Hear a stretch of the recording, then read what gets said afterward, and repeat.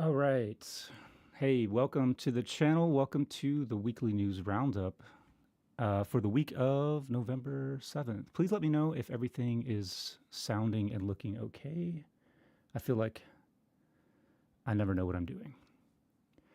Uh, man, welcome to, thanks for being here. I really appreciate anybody and everybody who is here. I see that we've got the legendary Stephen Michael Zach from Ranger 7 Studios joining us, and that's just made me super nervous.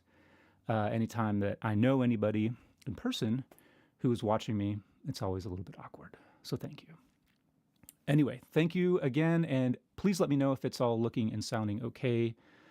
I got some new gear and try to make some changes to the whole setup here, so it's possible that I've messed everything up.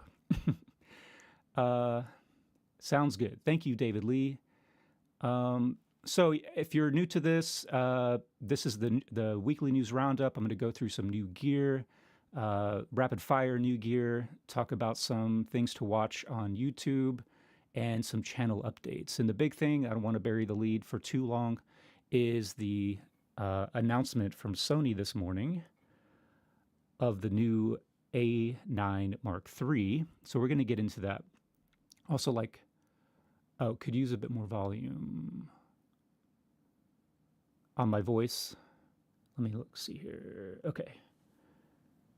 How's that? Oh, that looks loud. Okay. Hair louder.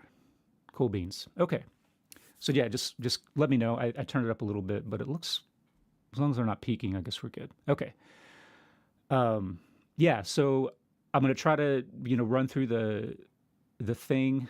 I'm trying to run through the schedule or everything that I had planned, but I always make time um, for comments. So just put your comments in, put your questions in, and I'll get to them as we go through it. And also at the end of the show, if you're still here and hanging out, we can take some time to do some Q&A. So let's actually just jump right into it and talk about the big news of the day, which is the announcement of the Sony A9 or Alpha 9, I'm not sure, A9 Mark III. And you can see it here. It's already up for it's already up for pre-order. I think it goes on pre-order tomorrow. I got it here on Adorama, but it's also on B&H, and it's a little bit pricey, $6,000 pretty much. And this is up from like the previous A9 Mark II, which I think were around the $4,000 mark. But this has some pretty impressive new stuff. Really interesting, and I think it's going to be I mean, I don't want to get hyperbolic, but calling it a game changer or completely revolutionary. But what this is, if you didn't follow along this morning, is a full frame global shutter camera, which is, again, I don't think this is anything that we've seen before, and I could be wrong. I'm gonna take these off because it's making me claustrophobic. Yeah, I don't know that we've seen this before. If you know of any full frame global shutter cameras that have that previously, let me know. But as far as I know, anything global shutter prior to this has been a smaller sensor camera. The big deal about a global shutter camera is that it reads out the whole sensor at the same time. So as opposed to a rolling shutter kind of camera, which basically reads from top to bottom, this does the whole thing. And it's a big deal, I think, for full frame because probably the limitation prior to this has just been processing power and like the sensor readout or like the speed of the sensor, and it's just been technologically prohibitive to do this before. So this is a pretty big advancement, I think. So just to really quickly, this is primarily a photography camera. The A9 lineup has been a sports and action wildlife focused camera, so it's always been a very fast camera. So that means like a fast burst rate, really fast autofocus, those kinds of things. And this takes that to the next level because it is a global shutter camera. But just some things that they talked about. It's a 24.6 megapixel, which keeps it in that ballpark of an action and sort of like sports photography camera. So it's not a huge high megapixel camera like the A1 or the A7R series. But again, this is like a global shutter thing. I'm not upset that this is only 24 megapixels or 24.6 megapixels. It's a brand new sensor, obviously. So what some things that it can do just for the whole global shutter aspect of it. Maximum shutter speed, I think they said, is 1/80,000, which is insane. You can sync a flash, for like flash photography. It can sync to a flash at any shutter speed. Um, Whereas, previously, like rolling shutter cameras, I'm not a photographer. I don't know much about flash photography, but you're always limited to certain. You have to sync the shutter and the flash, and there's only certain shutter speeds that's compatible with. So this, I guess, does away with that limitation. You've got 120 frames per second burst mode, whereas most cameras that are really fast, especially full frame cameras, they would probably top out around 30. So this is almost 3 times faster. Wait, is that no? But more than 3 times faster, 4 times faster. Math is just not my strong suit. So 4 times faster burst rate. So you're basically shooting a 4K 120 video at that point. Um, let's see what else in terms of photography.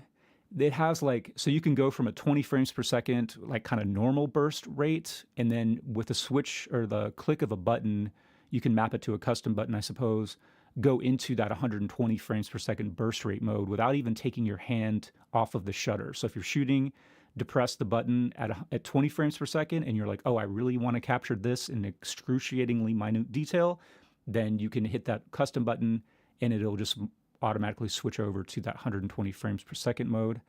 They have let me switch over to, I don't want to play through this whole live stream, but they have a video at the end. I'll play it a little bit here. Oh yeah, you can see they have these did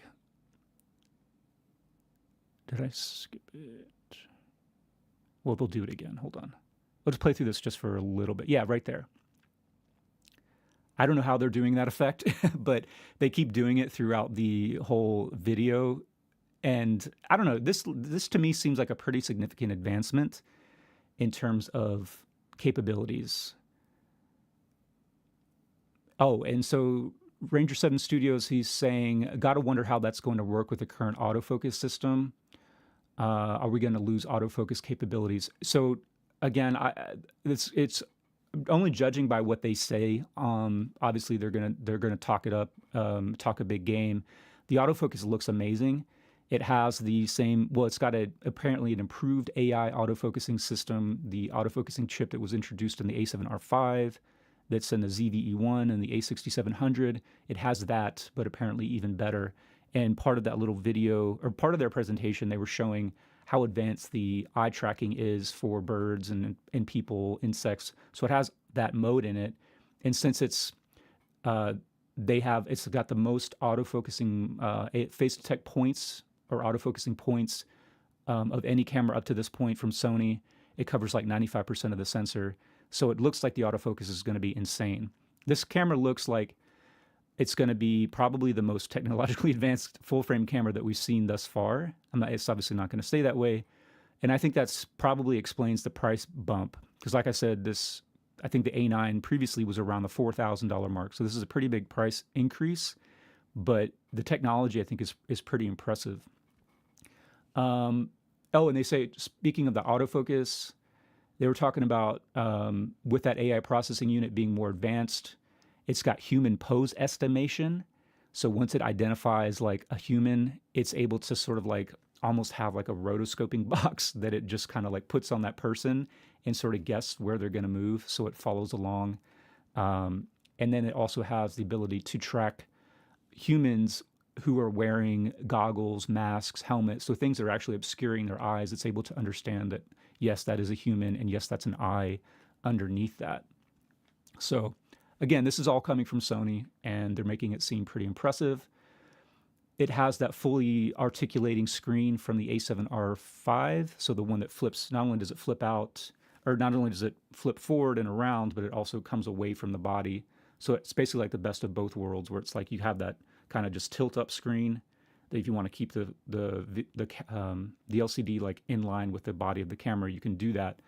So yeah, it has that. It's got the same EVF that we've seen in the A7S III and the A9 or the A1, but better. So you can have it in the high quality mode, the high quality or the highest resolution at 120 frames per second. Whereas I guess before you probably had to go down to 60 in order to stay at the super high resolution of that EVF. In terms of video, so what I'm most interested in for me is the video capabilities. And it doesn't seem like they've gone above and beyond like what their current lineup is capable of doing in terms of like sampling the sensor. So it's still only outputting 4K, like all of the Sony, alpha cameras, regardless of the sensor size or the resolution, they're always downsampling into 4K. So that's the same thing here, but it's, you're getting a 6K oversample down to 4K. So obviously you get a detailed image and 4K 60. It looks like they're not doing any like pixel binning or any other kind of destructive algorithm to oversample it. So it looks like it's going to be a straight downsample, which is great for quality. I guess the best thing about this one in terms of video is it's got 4K 120 with no crop at all. On the A7S III, the FX3, to do that 4K 120, you're getting like a slight 10% crop into the sensor to get that mode. So this one apparently doesn't do any cropping to go to 4K 120. And then it also has the dynamic active stabilization that I think was only so far in the ZVE1, which is like a pretty heavy crop into the sensor, but it like really, really stabilizes the footage. But other than that, again, it's just doing all the same kind of like the codecs are going to be all 10-bit 422. Again, always downsampling into 4K. It does do 16-bit RAW over HDMI, which of course is going to get transcoded, I guess is the word, into 12-bit, most likely ProRes RAW with an Atomos recorder. Pretty beastly and pretty exciting. The global shutter thing is amazing. If nobody's familiar, the only other like current camera out there that's global shutter that's relevant, I think, is the Komodo and the Komodo X. And of course, those are smaller sensors. And Blackmagic back in the day, I think their first Ursa and the Ursa Mini, there was a global shutter version of those cameras. And I guess the big, always the trade-off with global shutter cameras was dynamic range was more limited, and just the image quality, I think, suffered. And I probably just because of the demands of reading out that whole sensor at once. So that was the trade-off. And I haven't used a Komodo or a Komodo X, but supposedly the image quality on that is really good.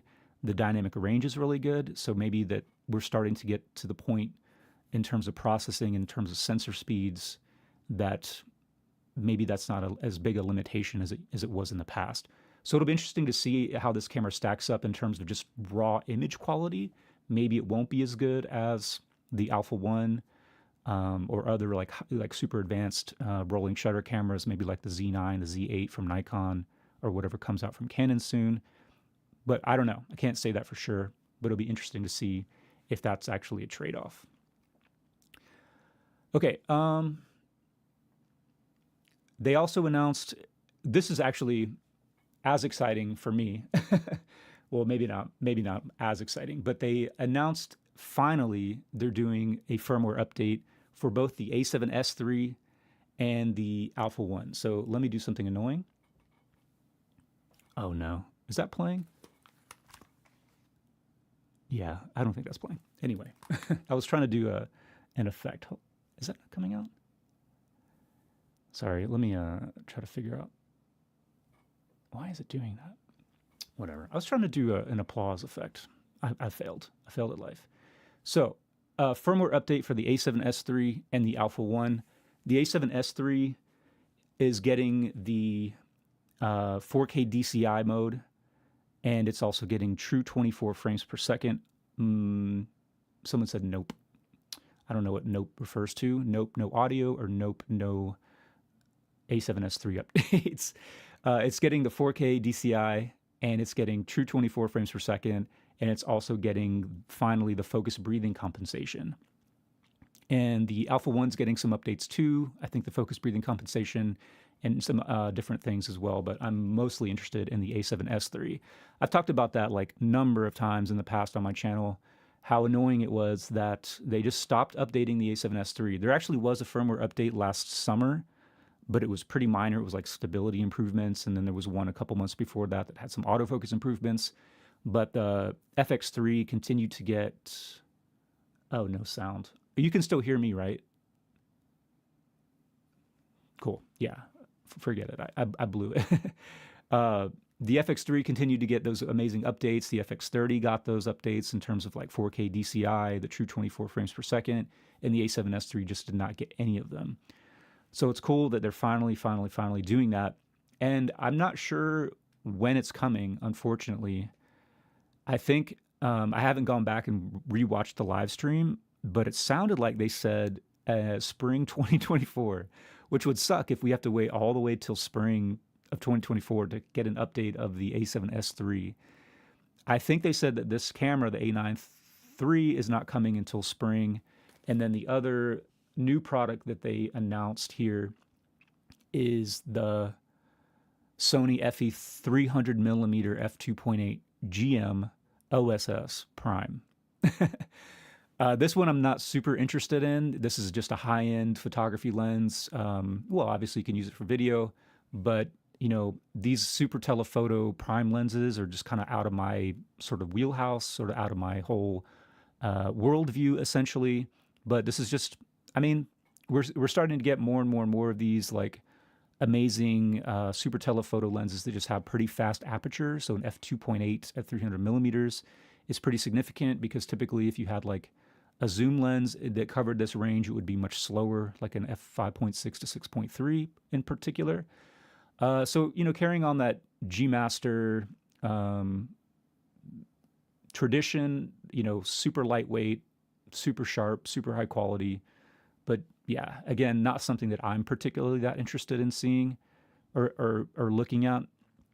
If I wanted to cover this this focal length, I would definitely go for the zoom, just because it would be much cheaper and much more versatile. This is obviously for kind of like high-end professional photographers, but pretty cool nonetheless. Let's see.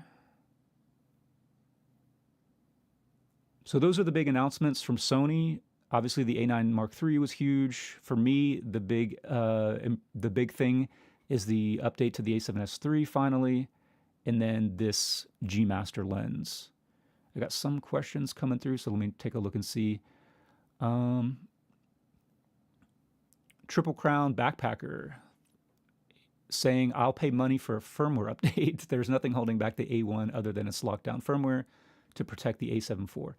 Well, yeah, I mean, I don't think you should have to pay for the firmware update, but I don't think they're trying to protect the A7 IV. I don't know why. I honestly have no idea why Sony has been so difficult in terms of its decision making, or with regards to the A7S III and the Alpha 1. It just is kind of baffling. I don't think it's to protect the A7 IV. I don't know why, because they would obviously want to sell more A1s than A7 IVs. It's, you know, a camera that costs twice or three times as much money, although it's on sale right now for about $4,000. But yeah, it's at least they're finally getting it. And then also the A7C, no animal bird eye autofocus in video, and A7R5 focus stacking and body. It's all firmware. The A1 has the hardware and it's crippled because nobody has jailbroken it. I mean, I can understand, you know, product segmentation is obviously a thing that's not going to go away. I mean, if you could put all of the capabilities in the low price cameras, then obviously no one would ever buy the $6,000 camera.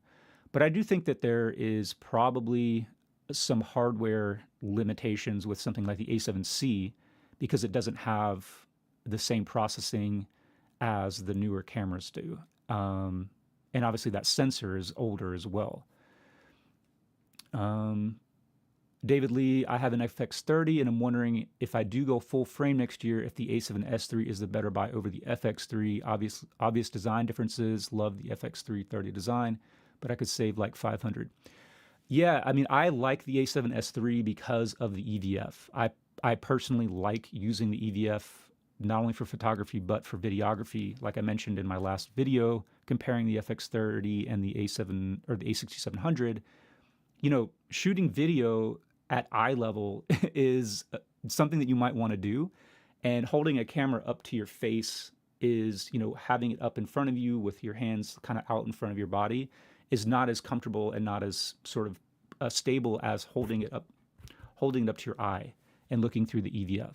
So I think for me, it's definitely something that I like. It's not like an insurmountable hurdle. I do like the FX30, but for me, also, if you're looking at buying the A7S III or the FX3 next year, I would probably just go used, because I would imagine it's not going to be too much longer before an update to the A7S III or the FX3 comes down the line, like an all-new camera. And unless Sony puts those on sale, I wouldn't necessarily go out and buy a $3,800 FX3 in 2024. It's still an amazing camera.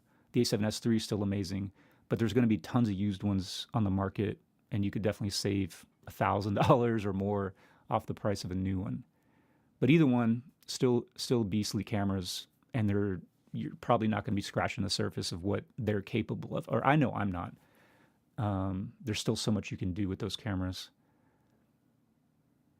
Yeah, and the A7S, again, with that firmware, it's definitely getting closer to the FX3. Now the only thing you're really missing that the FX3 has would be Cine EI, and also you can input time code into the FX3 if that's important, if you got a workflow that includes a bunch of different cameras that you want to sync up. I think that's something that you still probably can't do on the A7S III. But in terms of image quality and image capabilities, now they're going to be the same again, finally. Let's see. Yeah, possible that they come out with an FX3 Mark II by then. I'm not sure. Like, if you look at the A7S II versus the A7S III, that took 5 years. I think the A7S II came out in 2015 and the A7S III came out in 2020. And really, the A7S II was a pretty quick update over the original A7S, where they added 4K internal video. They updated the body slightly. But the A7S III was a completely new camera, and it took them a good 5 years. So next year will be 4 years. So I think it could come out in 2024, but I couldn't obviously guarantee that.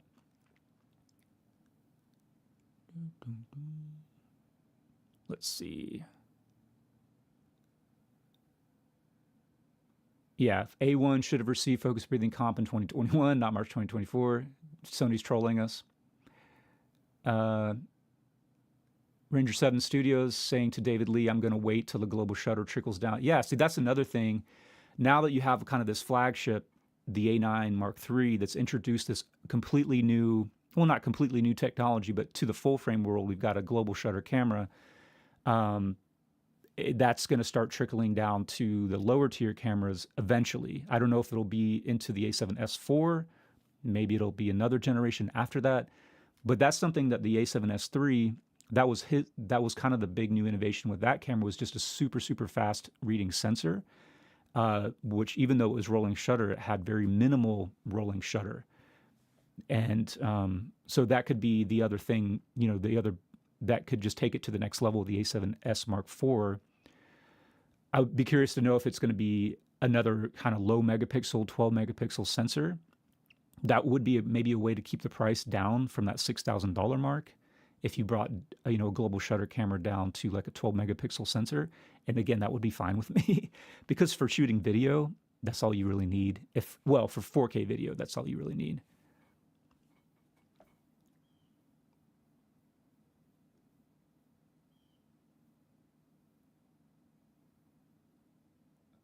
A7C has animal bird eye autofocus in video. Are you talking about the A7C or the A7C Mark II? I'm not sure if the A7C had that because that's the A7 III, which I know doesn't. I don't think the A7 III had any sort of. Oh, you know what? The A7C, they did introduce the eye tracking in video, didn't they? Maybe you're right. I don't know.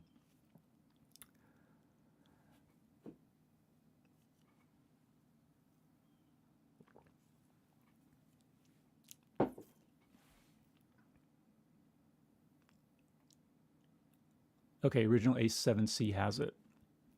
I'll take your word for it.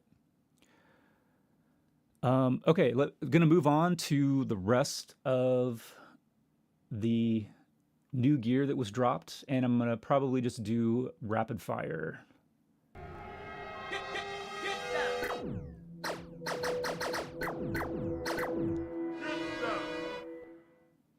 Okay.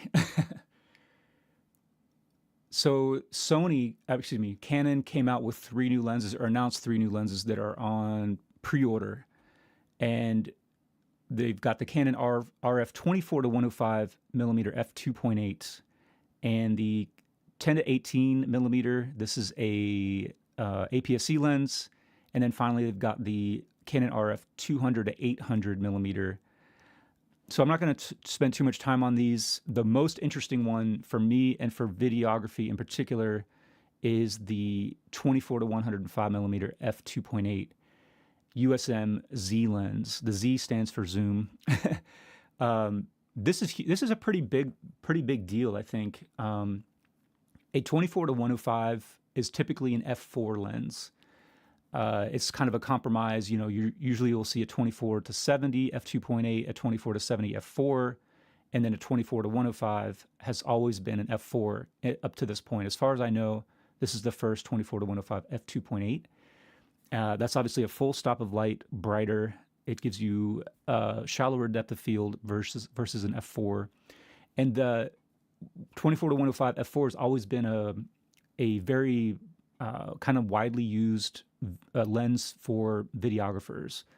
It's super versatile. You know, it covers a ton of range, and you know it's obviously all in one lens. And they've typically been pretty affordable because they've always been an f4. So this lens obviously takes it up to the next level by making it a 2.8.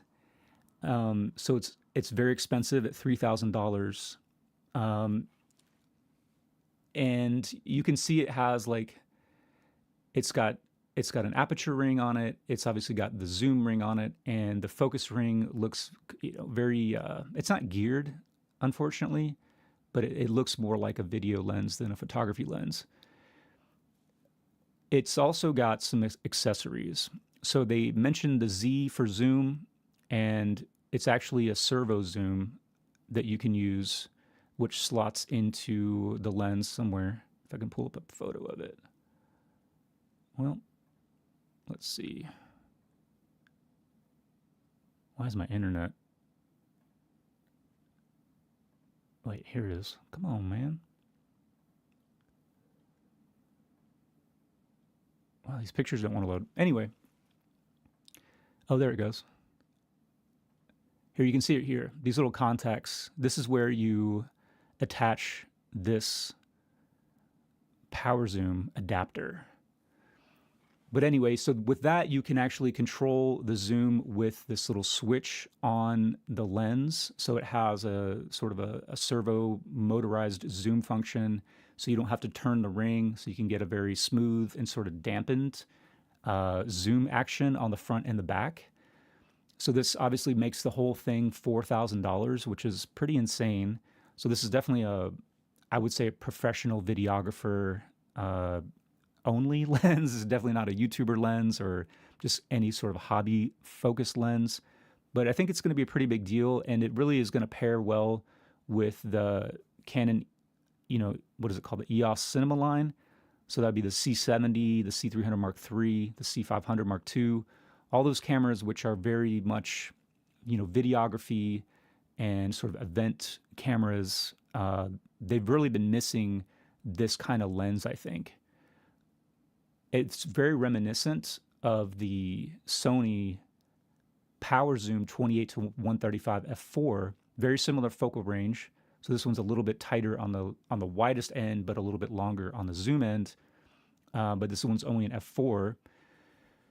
It's a little bit cheaper. But this lens has been out for a long time. This is probably due for an update. It'd be interesting to see if we have kind of an arms race in terms of these like power zoom, super zoom kind of lenses from Canon and Sony. I think Canon's kind of throwing the gauntlet down here with this lens, and Sony might have to, you know, kind of play catch up a little bit. But the good thing about the Sony lens is that the power zoom is already incorporated into the lens and also into the bodies of their cameras. So something like the FX30 with that zoom rocker, you can actually control this lens with that zoom rocker, the FX3, and obviously their bigger cameras like the FX6 and the FX9, and going back to the FS5 and FS7, you can control the power zoom functionality with this lens on the camera without the additional adapter that you need with the Canon version. So it's pretty cool. The other two lenses from Canon, this one is kind of baffling a little bit. It's a 10 to 18, but it's not even a constant aperture. It's an f4.5 to 6.3. Sony has a 10 to 20 f4 power zoom for its APS-C cameras. I mean, I think the claim to fame, or really the only benefit of this, obviously, is it exists now for Canon, and it's also super cheap and super lightweight. But it's a little bit underwhelming, I think, in terms of its capabilities. Sony has, on the Sony system anyway, there's 10 to 18s, a new one from Sigma that's an f2.8. That's also for the Leica system and also for Fuji. I don't know. And then lastly, just real quick, this Canon 200 to 800 f6.3 to 9 is their entry into this. So Sony has a 200 to 600 and Nikon has a 180 to 600. So Canon's kind of stepped it up and gone all the way to 800 on their version. It's priced right in the middle of those two. It's a little bit less expensive than the Sony and a little bit more than a Nikon. This one it has an extending barrel, which is going to make this a huge, huge lens. And you would typically see an extending barrel on a lens like this in order to save weight and probably to save the compact size or the compressed size of it. And this lens is lighter than the Sony version, but not by that much. So I don't know, kind of a compromise altogether, I think.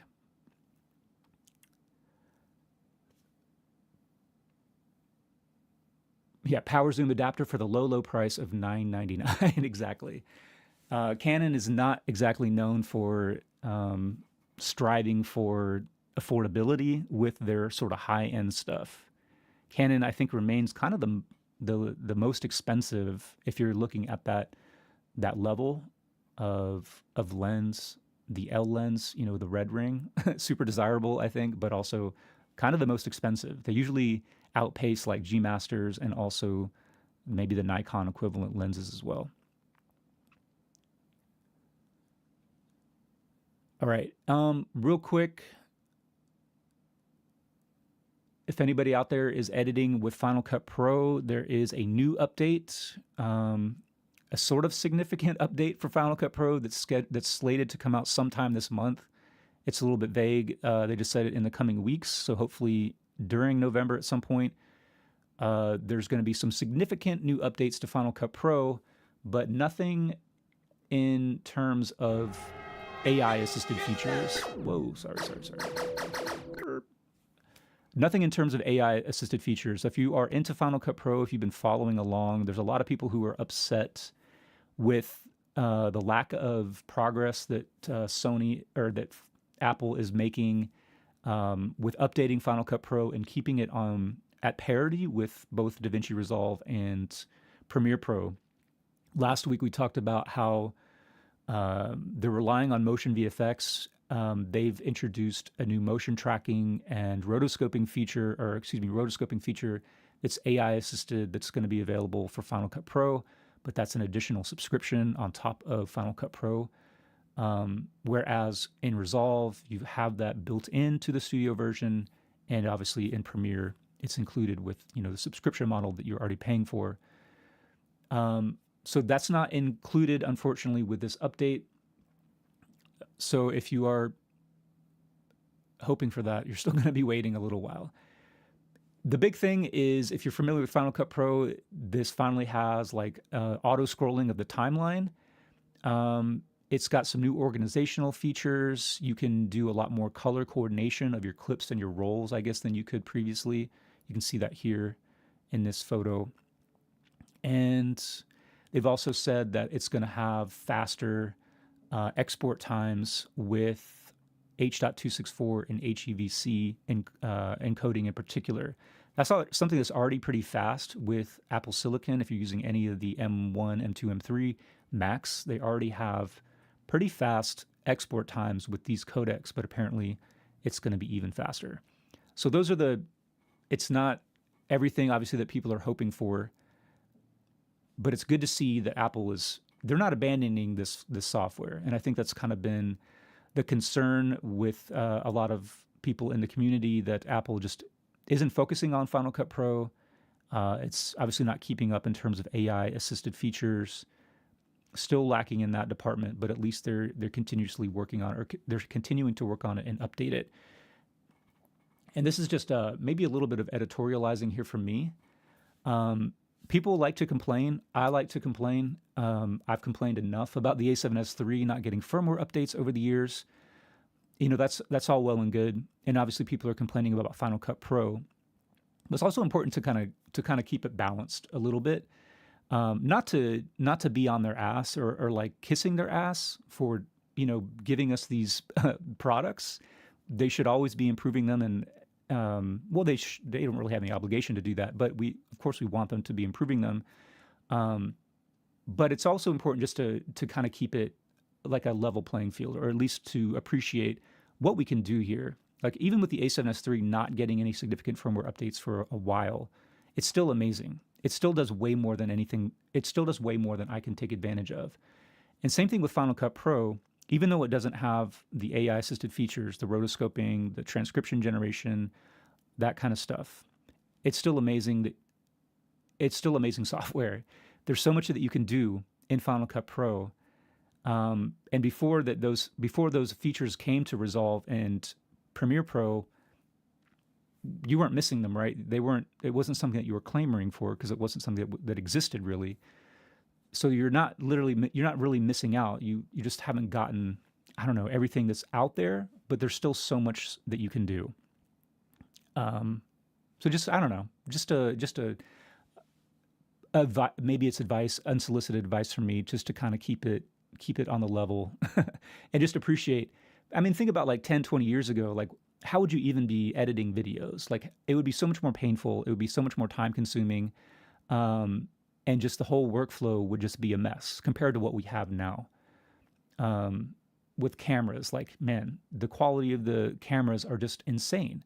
The cameras that we have are better by far than what they were shooting motion pictures on, in the early 2000s. The digital cameras that were being used to shoot Star Wars, that were being used to shoot, Michael Mann used them in Collateral and Miami Vice. The list goes on.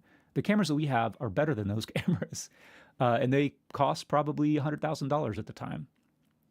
So just, I don't know, just always keep it in mind. Yeah, we want new features, we want new firmware, but the stuff that we have is still pretty amazing. All right, let's take a look at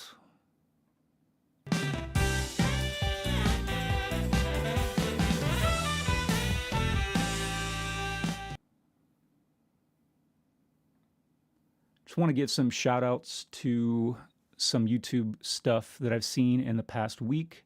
The first one is from Justin Phillip. This dude's been around. I've been following his channel for a long time. We kind of came in at a similar time when we're focusing on similar things like the Blackmagic Pocket Cinema Camera OG, but he's taken his channel way beyond mine, and he's also taken his professional career outside of YouTube well past what I have done. So it's been fun to just kind of keep up with this guy. But his latest video is a really cool one. It's a Red Komodo 6K cinematic test footage inspired by First Reformed. And he says in this video that he's not kind of copying any shots or the lighting of that movie First Reformed, but just sort of using that as a way to reshoot the scene in his own style, using his own equipment. So it's a pretty cool idea. I hope he continues. I'd be interested to go back and watch the scene from First Reform and just see his take on it versus what they did in the film. But this is really well done, really well shot, really well acted and directed. So it's obviously just 4 minutes, about 4.5 minutes. They just took this one scene and reshot it. So pretty cool stuff. Definitely recommend checking it out and giving Justin Phillip a follow if you aren't already following him. He talks a lot about cinematography. He is a working cinematographer, but he also uses a lot of more budget gear. He started out again like on the Pocket 6K or the Pocket Cinema Camera OG, then moved on to the Pocket Cinema Camera 4K, and then moved up to the Komodo. And he's kind of been going back and forth on his whole camera journey. So it's interesting to see, and this is just a really cool video. It's always cool to see people take, inspiration from like high level cinema commercials and stuff, and then try to redo it. It's kind of inspiring. Let me check out. I think we got one new comment. Mr. A picked up the new M-Roto AI for Final Cut Pro, and it's awesome. That's great. I'm glad that it's awesome. I hope it's worth it, like in terms of just the subscription, because it is, I think, about $24 a month. So hopefully you're doing enough. I mean, I don't know anything about you, but I'm not saying it's not worth it. But I'm glad that it's working. Well. I watched a bunch of comparisons. People were comparing that against what's available in Premiere and After Effects and in Resolve, and they all seem very comparable. And they're amazing tools. So like they're so, again, this is kind of just me coming back to like the things that the things that we have access to are pretty amazing. And I don't know. I hope that Apple eventually is able to include these things into Final Cut Pro in some form or fashion. And maybe you won't have to keep paying that subscription. But he goes, it's as if you've shot everything on green screen, even though you haven't. Exactly. Yeah, it is exactly like that. And I've been messing around with it in Resolve. And it's if you are familiar with Photoshop, they've had this sort of like automatic background removal tool in Photoshop for a while. And it's the same thing. It's like basically just like a click of a button, bam, background is gone. Obviously, it's more complex with motion pictures because it's got to track all those frames, and it's not perfect, but it's pretty damn good. And what you can do in Resolve with the refinements, I don't know, it works really well. I do have Final Cut Pro, but since I have Resolve, it's obviously not something that I'm going to pay for in Final Cut Pro. But again, I love Final Cut Pro, and I think it's amazing software. The editing experience in Final Cut Pro, I think, is the best. It's the most fluid. It's the most intuitive. It's the easiest to kind of manipulate your timeline, in my opinion. So it's going to be. I think it's important for these kinds of tools to be available for Final Cut Pro, so people stick with it, because I think it is the kind of the editing experience of Final Cut Pro is potentially the best one. I know everybody has their own personal preferences, but all right. Next video recommendation I have is from Rob Ellis, and this is create visual and narrative impact with this technique. To be honest, I haven't even watched this video, but it's just his latest video, and I just wanted to highlight his channel. If you are into cinematography and lighting, he's an amazing creator to follow, because he's oftentimes he's a one-man band most of the time. He's filming himself, he's lighting himself, and the amount of work and sort of the thought and the planning and the experimentation that goes into this is pretty intense. And the looks that he's able to get are, well, they're pretty good. That's a super understatement. They're really good.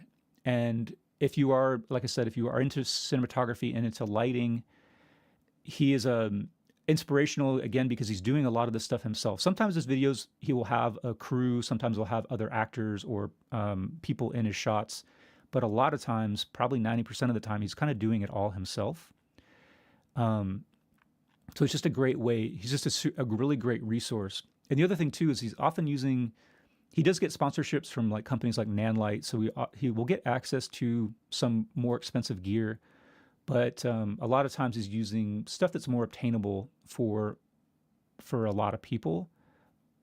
So I just wanted to highlight him and just, point him out if you are interested in this kind of, um, in learning about cinematography and lighting, then he's definitely a great resource to take a look at. And the last one I wanted to highlight is Casey Ferris's How I Make Motion Graphics in Fusion. If you're not familiar with Casey Ferris, he is almost entirely focused on DaVinci Resolve. Sometimes he goes out to do, what's that? Anyway, 99% focused on DaVinci Resolve. And he's moved more and more and more into Fusion. His channel has been a more general sort of Resolve tutorial channel for a long time, but he's doing more Fusion content, which can be a little bit daunting. I know for me, I'm not super well versed in Fusion, but he has so many things on his channel that are really great resources to figure out how to do a very specific thing. Every time I forget how to do, like how to track something in Fusion, I'm always coming back to his channel and relearning. He's got several tracking videos on his channel, but this is a cool one. It's showing you how to build this particular motion graphic in Fusion, which is a really nice motion graphic. And this tutorial may be a little bit fast and maybe a little bit higher level if you're coming into Fusion as a very much a beginner, as a noob, which is kind of me. So this might not be a great one, but again, he has tons and tons of more beginner focused and also more sort of like slow paced tutorials. This one kind of doesn't jump around. It goes in sequence, but it doesn't really stop and show step by step for a beginner. But what is cool about this one is if you're trying to figure out the whole like node thing in Fusion, like it doesn't make any sense. A lot of people like After Effects because it's layer based. That makes more sense to them. This really kind of highlights the sort of efficiency that comes from this node-based workflow, the way you're able to plug in multiple things into like one node or sort of like reuse things that you've done to sort of like stack these. So he was able to like kind of just, he built this one, like this bar here, and then just kind of flipped it for this top one. And then a lot of the animations for the way the letters come in, he's able to just kind of, I don't know. It's hard to explain it, but it's kind of eye-opening if you're struggling to understand, like, why is this whole node workflow, this graph of things that you can just sort of like plug in and move around. This makes it make a little bit more sense if you're struggling with that. So 3 great channels. Casey Ferris is an amazing resource for DaVinci Resolve. Rob Ellis is an amazing resource for lighting and cinematography. Sorry, keep messing that up. And Justin Phillip is also a great resource for cinematography. He does a lot of breakdowns of projects that he's worked on, but he's also just a fun guy to hang out with as he nerds out about cameras. And he's got strong opinions, which is always good, I think. Okay, let's see. All right, moving on to the last segment, we're going to talk about channel stuff.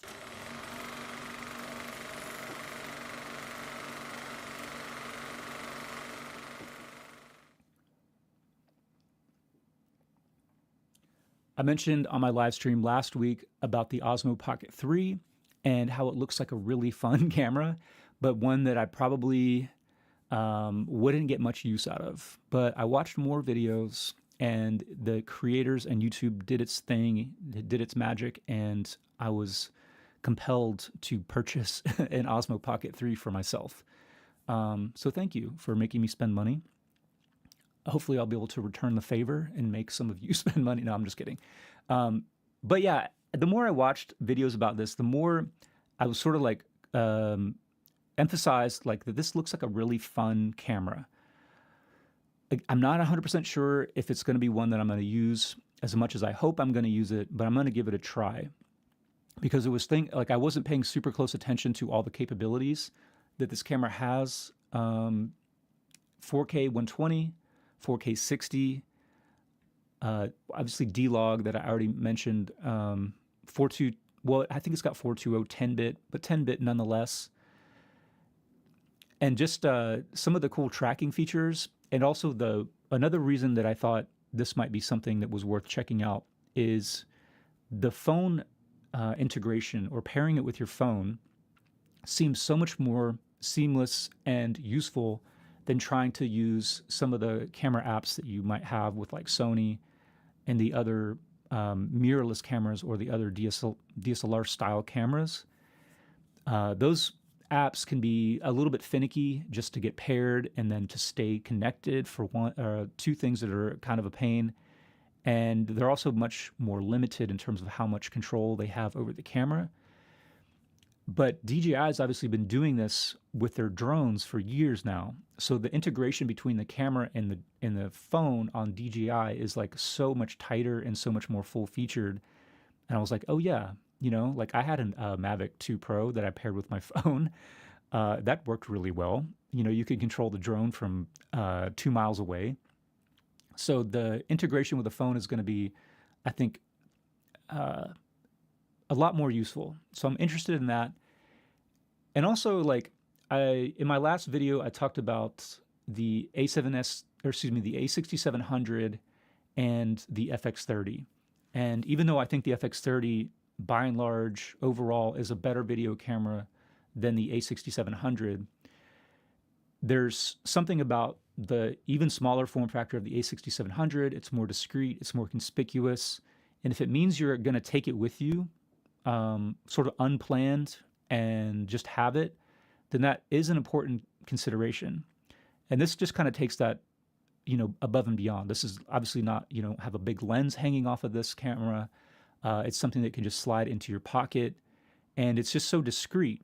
Not that you're going to want to like do something that you shouldn't be doing, but if you're out in public and you want to be filming and not draw attention to yourself, having something like this, it might be something that you use more. So that was all kind of my thinking about, I don't know, I kind of like this and I want to check it out. So I bought mine, or I ordered mine, haven't gotten it yet, but I also got the creator combo.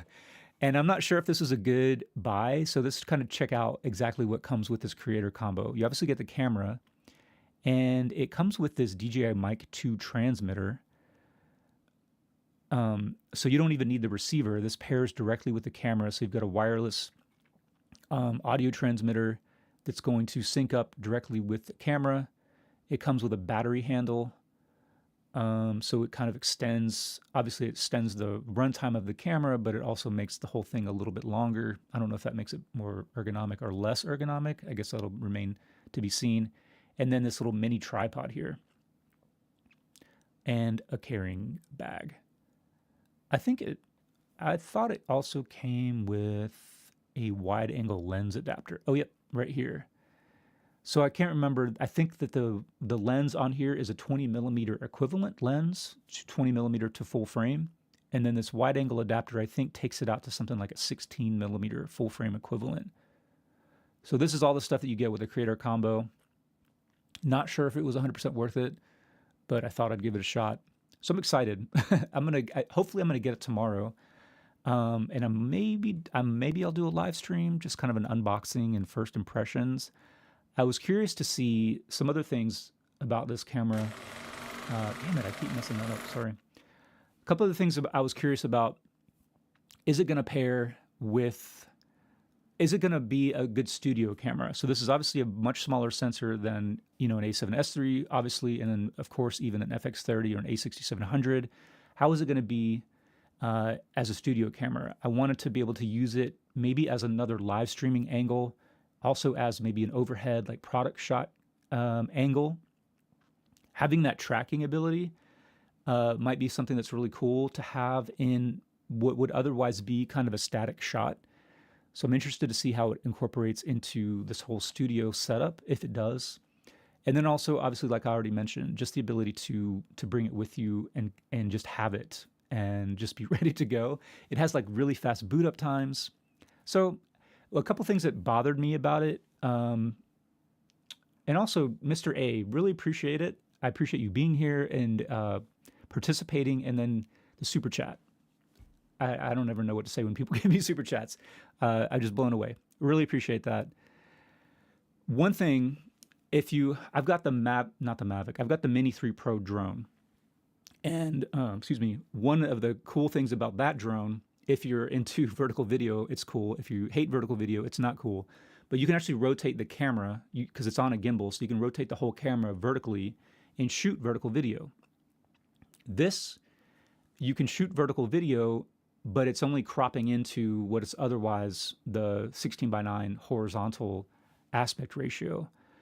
So that's kind of weird. I wonder why they didn't include the ability to actually flip the whole camera vertically to shoot in that aspect ratio. And maybe that's something that'll come down the pipeline in the future.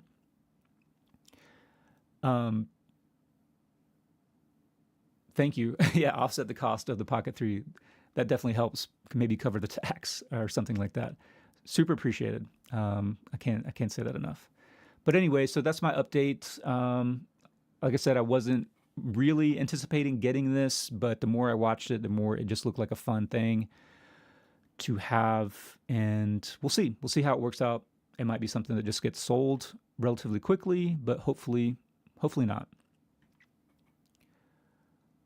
I think that's everything that I have planned for the live stream, and I think everybody's dipped out for the most part. So if you're still here, I really appreciate it. I'll hang out just for another minute or two. If anybody has any questions or Q&A section or just any comments, I'll stick around for just another minute or two if you do have them.